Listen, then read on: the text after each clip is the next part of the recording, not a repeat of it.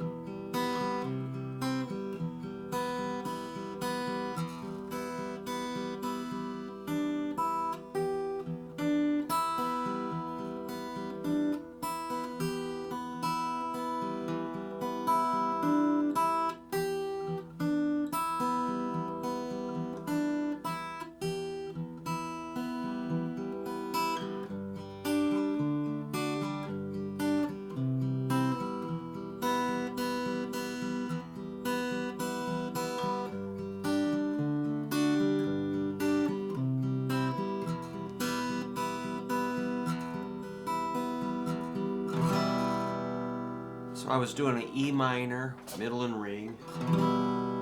Uh-oh, the cat's waking up. And then I've got my pinky working on the second string, third fret, which is a D note, and that makes it an E minor 7.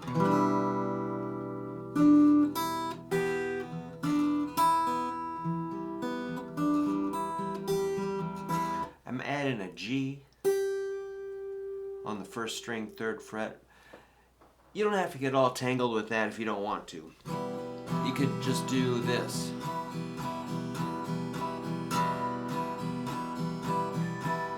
A little bit of like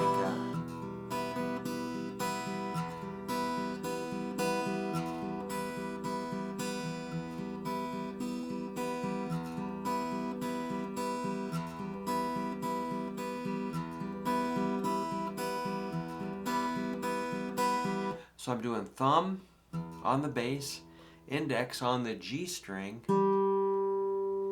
and then middle and ring are hitting the first two strings together.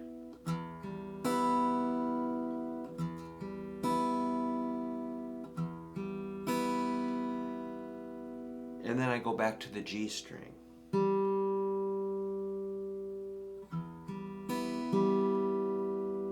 And then I do that again.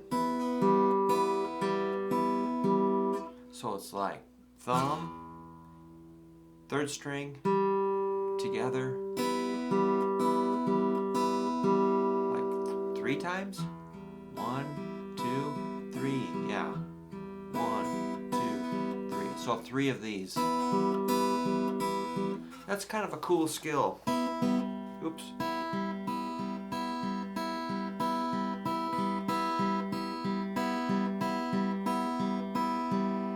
So it's these two together and the third string.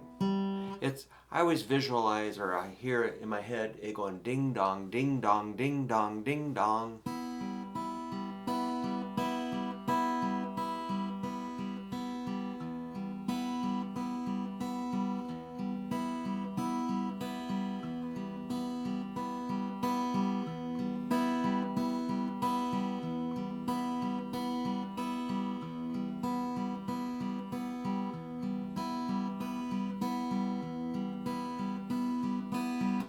I think a key thing about practice is lock into something and hit it. If you can play it once, great. Twice, okay. You really got to keep going. You got to lock in there and keep rocking. 2, 3, 4, 5, 6, 7, 8.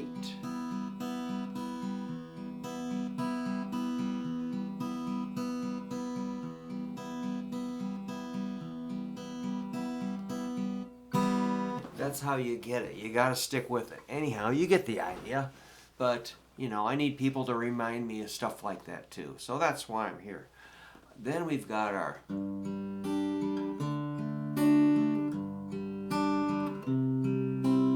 That sounds pretty cool. It's a G, D, G, C, E minor. So maybe just strum G to D, back to G, and a C, back to E minor. So that's G, D, G, C, E minor. G, D, G, C, E minor.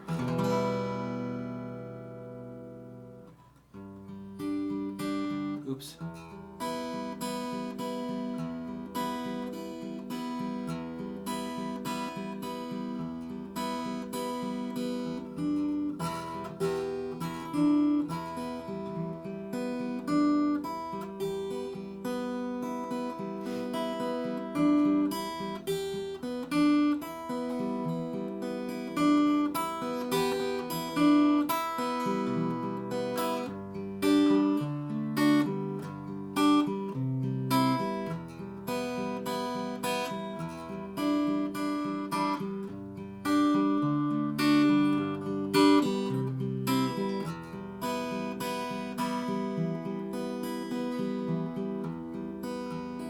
So I'm sort of flowing with it. I'm not, you know, I don't really have a script here.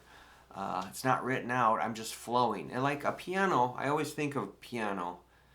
Well, not always, but you've got 10 fingers. That doesn't mean you're hitting all 10 keys at once, always. I mean, that would sound pretty maniacal if that's the way you always played the piano. Sometimes guitar gets played that way to where it's just smashing and bashing, and it's just like, man, just give it a rest, dude. So you can kind of vary it by finger picking. I mean, you know, we're used to that strumming sound. It's fine. Let me just do it as a strumming song.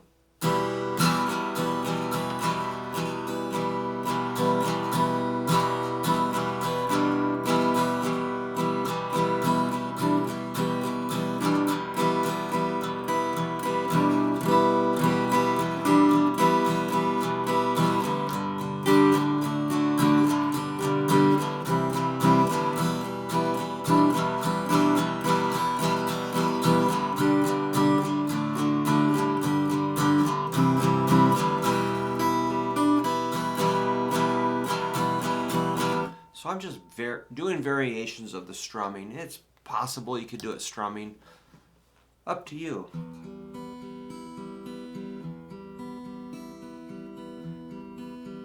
Even my patterns have variations. So, you know, I'm being, you know, as my friend Joel would say, could you possibly be more vague? Like, yeah, I'm all over the map. But that's kind of how I live, you know. I just kind of do what I want to do. But to get to that point, I started out with simple patterns. Like, that would be thumb 1, 2, 1, 3, 1, 2, 1. And that would work. Thumb 1, 2, 1, 3, 1, 2, 1.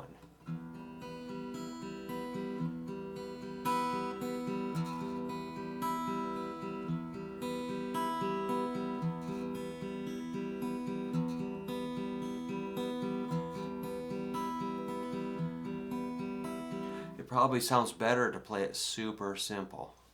And the chorus or whatever, you could do thumb 1, 2, 3.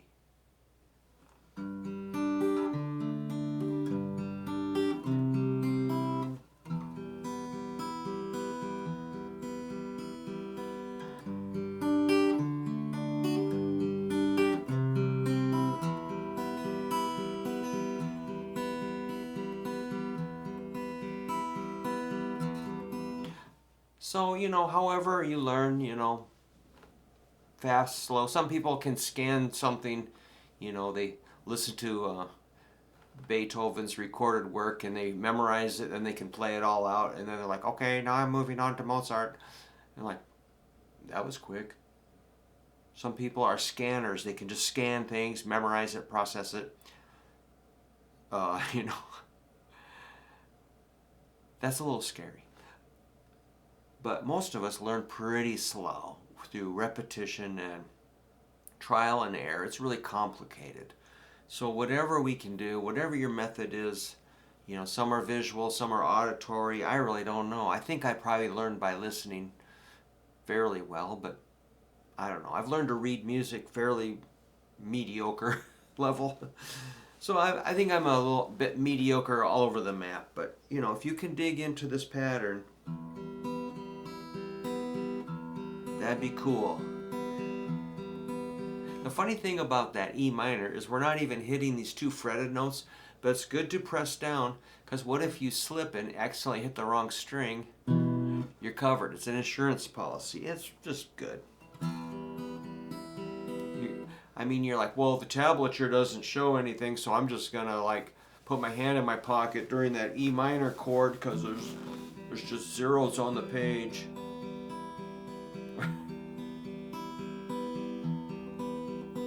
And when the chord happens, I'll take my hand out of my pocket. But yeah, the chorus, you could just go, that's just rolling through it, bum, bum, bum, bum. And the D, and the G, and the C. So again, that's just going in order. And you know, you can always sit, you know, if you're stuck waiting somewhere, like, okay, make sure to sit in that chair for the next half hour waiting. Okay, I'll just do my finger picking. Or if you get in trouble at school and you have to sit in a desk underneath in that little special room under the stairs, doing some hard time.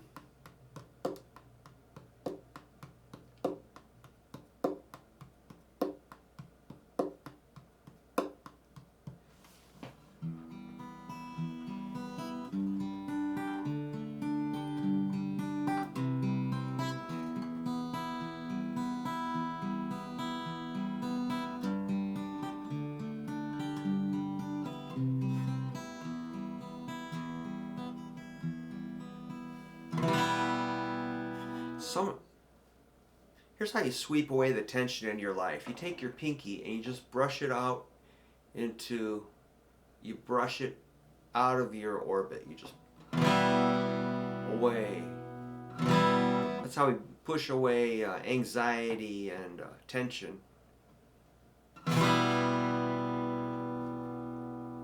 Ring finger, middle, index.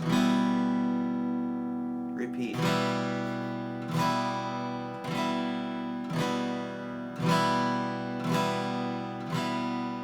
And this seems silly, but when you put those together, you've got like 4 picks. You've got like 4-dimensional sound versus 1 pick. That's just splat. But here's 4. You get kind of a bring. It's good to whip that hand out like that, because otherwise you get kind of a, I did it, what's next? Like, oh. It's just so clunky. We want to kind of get that nice.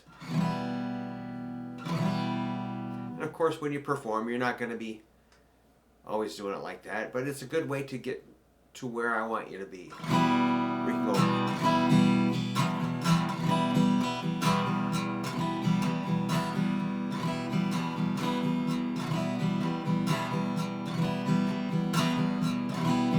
Hear that? It's kind of like a sweep picking sound.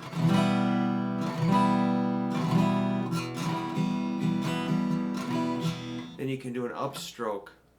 So like your hand explodes out and then recovers. So you make make like a fist and you're ready to push the energy out. Kind of like a pump. When you do an upstroke, you're hitting with the soft pads and push out.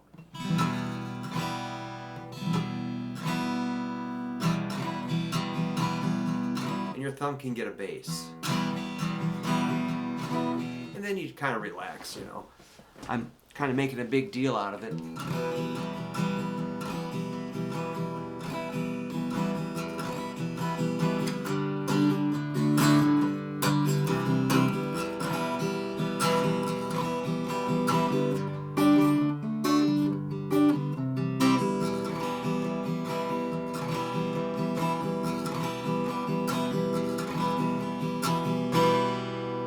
Alright, I'm not going to name the song. We'll see if I get a copyright notification.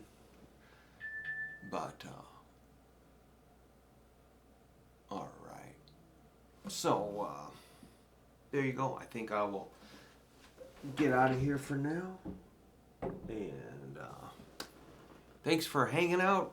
Let me know if you identify the song I was playing for the last however many minutes that was. If you recognize it, let me know.